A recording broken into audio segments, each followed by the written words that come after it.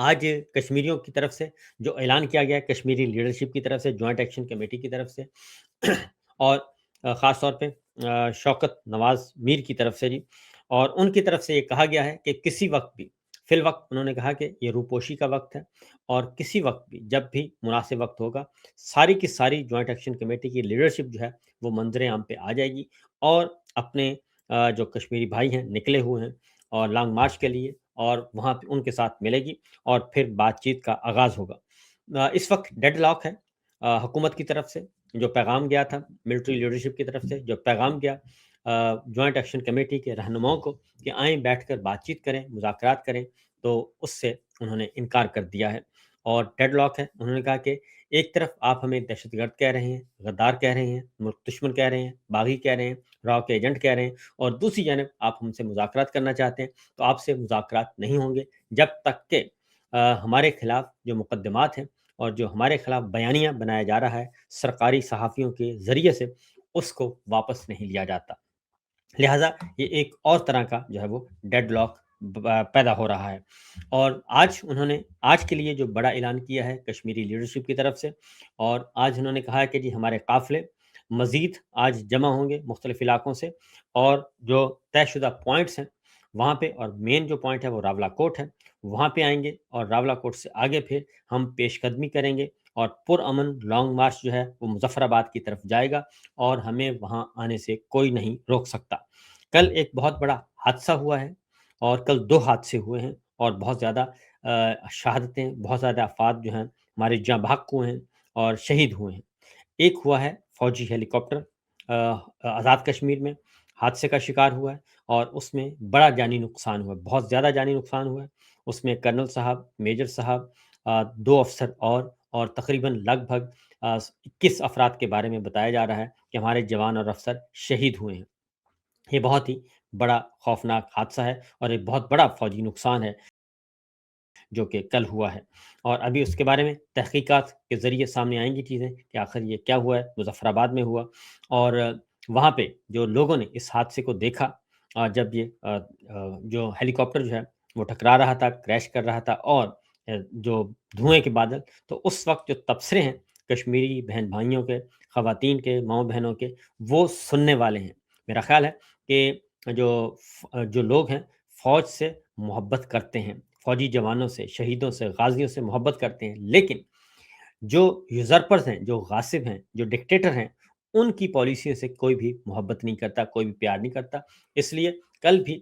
ہیلی copter کا حادثہ ہوا ہے، اس وقت جو تبصرے ہیں، جو جیسے جیسے سنے ہیں، وہ ویڈیو وائرل ہوئی ہے، اس میں جیسے ہماری ماں جو ہے ایک وہ کر رہی ہے کہ ہمارے بچے چلے گئے، اوئے ہوئے ہوئے، ہمارے بچے چلے گئے، تو یہ ہے اصل وہ احساس۔ تو میں فیلڈ مارشل سے کہوں گا کہ جناب اس احساس کو برقرار رہنے دیں، اور اس احساس کو کمزور مت کریں، اور اگر آپ کا یہ پالیسی رہی، یہ ظلم و ستم کی، یہ فسطائیت کی، یہ ڈکٹیٹرشپ کی، اور یہ لاٹھی گولی کی، تو یہ جو احساس ہے یہ کمزور پڑ جائے گا اور پھر ختم ہو جائے گا، جو کہ پاکستان کے لیے، پاکستانیوں کے لیے، پاکستان کی سلامتی کے لیے بہت بڑا نقصان ہے۔ دوسرا بڑا نقصان ہوا ہے جی، کل ایک ملتان سے مری جا رہی تھی سیر و سیاحت کے لیے ایک فیملی،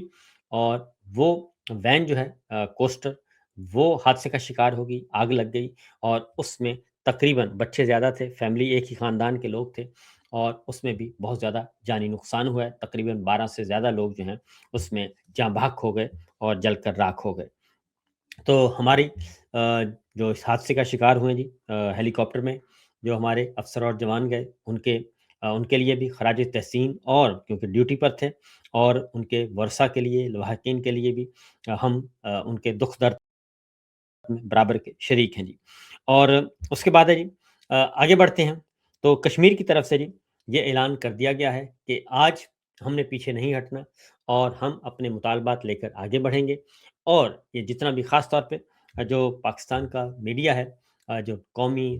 جس کو ہم الیکٹرانک میڈیا کہتے ہیں، ہمارے ٹی وی چینلز،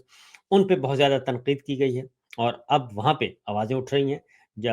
جو مظاہرین بیٹھے ہیں، احتجاج کر رہے ہیں کشمیری عوام، وہاں سے اب آوازیں اٹھ رہی ہیں، اور وہ بتا رہے ہیں کہ یہ ہمارا جو میڈیا ہے پاکستان کا، یہ ایک ٹول بنا ہوا ہے ملٹری اسٹیبلشمنٹ کا اور حکومت کا، اور پروپیگنڈا کر رہا ہے، تو یہ پروپیگنڈا نہیں کرنا چاہیے میرا خیال ہے۔ اس کے ساتھ ساتھ ایک اور بھی آئی ہے، مسلم لیگ نواز نے ایک نئی طرح دی ہے، اور کل ایک سرکاری صحافی کے ساتھ بیٹھے تھے نون لیگ کشمیر کے رہنما، اور انہوں نے کہا جی کہ یہ تو جوائنٹ ایکشن کمیٹی اور یہ جو اس وقت احتجاج کر رہے ہیں، یہ تو تقریباً 70-80% جو ہیں وہ پاکستان تحریک انصاف کے لوگ ہیں، وہ احتجاج کر رہے ہیں، تو کیا پاکستان تحریک انصاف کے ساتھ تعلق جو ہے، کیا ان کے کارکنان کیا کشمیری نہیں ہیں، کیا وہ پاکستانی نہیں ہیں، کیا وہ الگ تھلگ ہو جائیں؟ تو یہ ایک اور ان کی یہ ایک ہے، اسٹیبلش کر رہے ہیں بات چیت کہ پاکستان کے عوام میں، خواہ وہ کشمیر ہے، گلگت بلتستان ہے، یہ تو 80% عوام جو ہے وہ عمران خان کے ساتھ کھڑی ہے۔ تو یہ تو ہو گیا کشمیر کی طرف سے آج اعلان جی۔ تو مظفر آباد کی طرف سے جائیں گے یہ، اور خاص طور پہ میں آپ کو آزاد کشمیر پولیس کے بارے میں بتا دوں کہ آزاد کشمیر پولیس جو ہے وہ کسی قسم کا بھی تشدد، لاٹھی گولی چلانے کے لیے تیار نہیں ہے، اس لیے اب رینجرز سے کام لیا جا رہا ہے، فوج سے لیا جا رہا ہے، ایف سی سے لیا جا رہا ہے، پی سی سے لیا جا رہا ہے، تو یہ فیڈرل فورسز سے لیا جا رہا ہے۔ اور میں ایک اور وجہ بتا دوں کہ یہ آزاد کشمیر کی حکومت کہتی ہے کہ ہم نے نہیں بلایا، وزیر اعظم کہتے ہیں ہم نے نہیں بلایا، صدر کہتے ہیں ہم نے نہیں بلایا، تو پھر اگر آپ نے نہیں بلایا تو سیدھا سیدھا آپ کا یہ فیڈرل گورنمنٹ کے خلاف اور ہماری جو ہے مرکزی حکومت، اس کے خلاف یہ مقدمہ ہے۔ اور یہ آپ کو معلوم ہے کہ اقوام متحدہ میں ہم یہی آواز بلند کرتے ہیں، اور مقبوضہ وادی میں رہنے والی لیڈرشپ یہی آواز بلند کرتی ہے کہ مقبوضہ وادی کو کنٹرول کیا جا رہا ہے بھارتی فوج کی طرف سے، بھارتی فورسز کی طرف سے، فیڈرل سیکورٹی فورسز کی طرف سے کنٹرول کیا جاتا ہے۔ تو جو وہاں پہ جو بیانیہ تھا، وہی بیانیہ اب جو ہے وہ آزاد کشمیر کے بارے میں ہے، تو اس سے بچنا چاہیے۔ تو بہرحال عزم ان کے جوان ہیں جی، اور ان کے جوش جذبہ دیدنی ہے، کیونکہ ساری رات اس وقت بجے ہیں 8 بجے ہیں، تو کل تقریباً جی 2 بجے تک وہ بالکل چارج تھا۔ اور اگلی بات ہے، ان کو کھانے پینے کا مسئلہ نہیں ہے، جو مقامی آبادی ہے وہی وہاں پہ وہ کھانے پینے کا انتظام ہو رہا ہے، وہی ان کو سرو کر رہے ہیں، یعنی کہ عوام کمیونٹی ایک بنی ہوئی ہے، اور عوام کی خدمت کر رہی ہے، اپنے بھائیوں کی خدمت کر رہی ہے۔ خواتین ساری گھر میں بیٹھی ہیں، وہ کھانے پکانے کا انتظام کر رہی ہیں، اور مرد جو ہیں وہ سارے سڑکوں پر ہیں، احتجاج کر رہے ہیں۔ آگے بڑھتے ہیں اور اگلی خبر کی طرف۔ اور اس ساری صورتحال میں جو ستیاناش ہوا ہے، وہ مزید ستیاناش ہو گیا اس سارے ہائیبرڈ نظام کا، اور اب اداروں کے اندر سے، سسٹم کے اندر سے آواز بلند ہو رہی ہے، اور تگڑی آوازیں بلند ہو رہی ہیں۔ بتایا جا رہا ہے حضور والا بادشاہ سلامت کو کہ جناب بہت ہو گئی، اب آپ چلتی کریں۔ تو اس کے بعد اب ایک نئی خبر آنا شروع ہو گئی ہے جی، اور وہ خبر ہے کہ خود سرکار سے جڑے ہوئے جو صحافی ہیں، سرکار سے جڑے ہوئے اور نون لیگ سے جڑے ہوئے، پیپلز پارٹی کے ساتھ جڑے ہوئے جو صحافی ہیں، اینکر پرسنز ہیں، لکھاری ہیں، کالم نگار ہیں، وہ سب کے سب اب ایک یکدم ایک ویو شروع ہو گئی ہے، اور پچھلے 24 گھنٹوں کے دوران ایسی خبریں آنا شروع ہو گئی ہیں، اور وہ خبریں یہ ہیں کہ اس حکومت کا چل چلاؤ ہے، اور فیصلہ ہو گیا ہے اقتدار کے ایوانوں میں۔ مقتدرہ نے فیصلہ کر لیا ہے، مقتدرہ سے مراد ہے ہمارے فیلڈ مارشل، کہ مقتدرہ نے فیصلہ کر لیا ہے کہ اب اس حکومت سے چھٹکارا حاصل کیا جائے، اور اب وہ لکھاری جو کہ پچھلے 4 سال سے مسلسل ان کے حق میں لکھ رہے تھے، اور اس نظام کو عالی شان نظام قرار دے رہے تھے،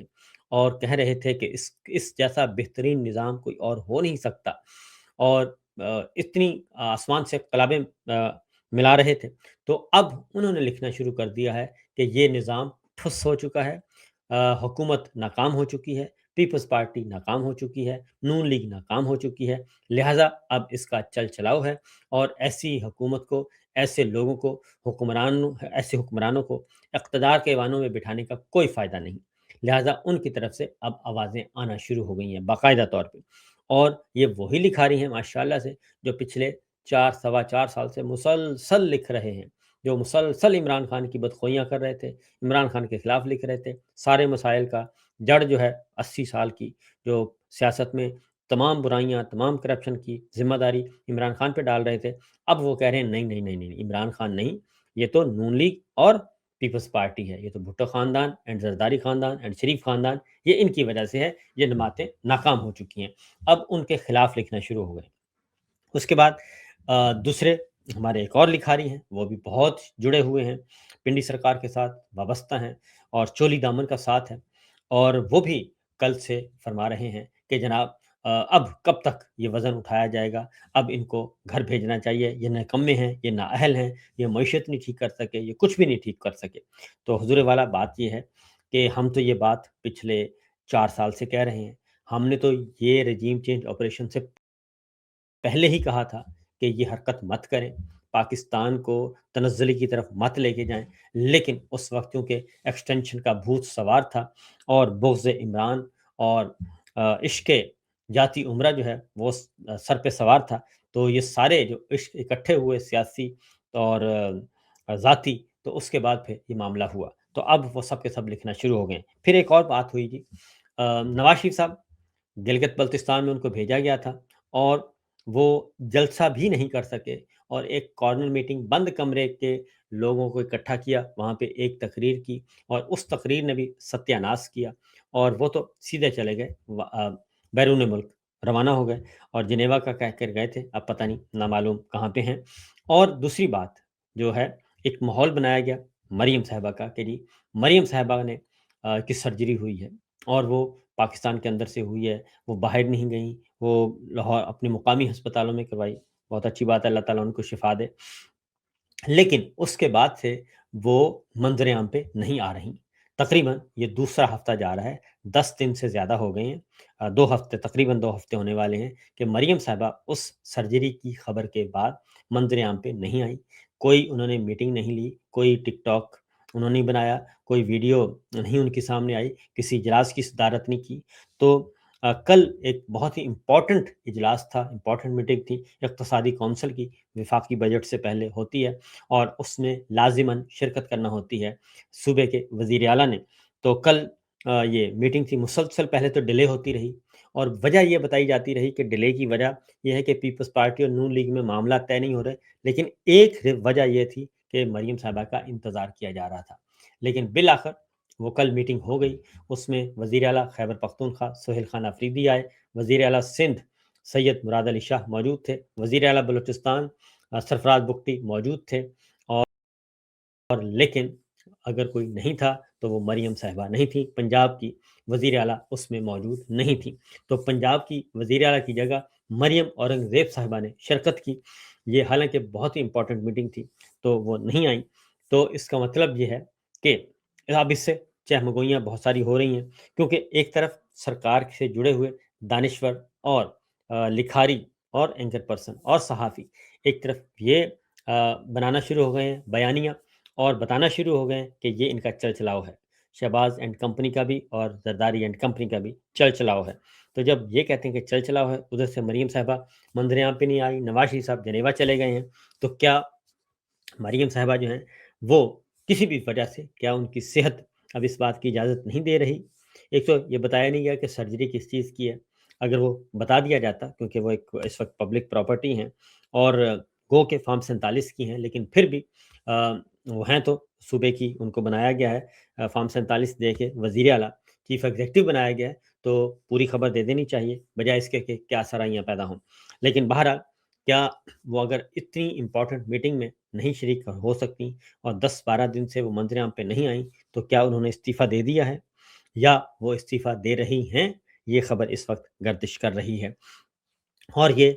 کب سے، کیونکہ کہا جا رہا ہے کہ یہ آخری بجٹ ہے اس حکومت کا، یہ 5واں بجٹ شہباز اینڈ کمپنی پیش کر رہے ہیں، فیڈرل بجٹ 5واں بجٹ ہے، یہ 2022 میں پہلا بجٹ پیش کیا، پھر 23 میں، پھر 24 میں، پھر 25 میں، اور یہ 26 میں، تو 26 میں یہ 5واں بجٹ پیش کر رہے ہیں۔ لیکن صورتحال اس وقت میں آپ کو بتا دوں کہ بجٹ پیش کرنے سے پہلے کی صورتحال، یہ میری خبر نہیں ہے، یہ کسی اپوزیشن جماعت کی خبر نہیں ہے، یہ اسٹیٹ بینک آف پاکستان بتا رہا ہے، ہمارا بینک دولت پاکستان، وہ بتا رہا ہے کہ پاکستان کی وفاقی حکومت کا مجموعی قرض تقریباً 82,000 ارب روپے سے تجاوز کر چکا ہے، اور اس وقت واجب الادا قرض جو ہے ابتدائی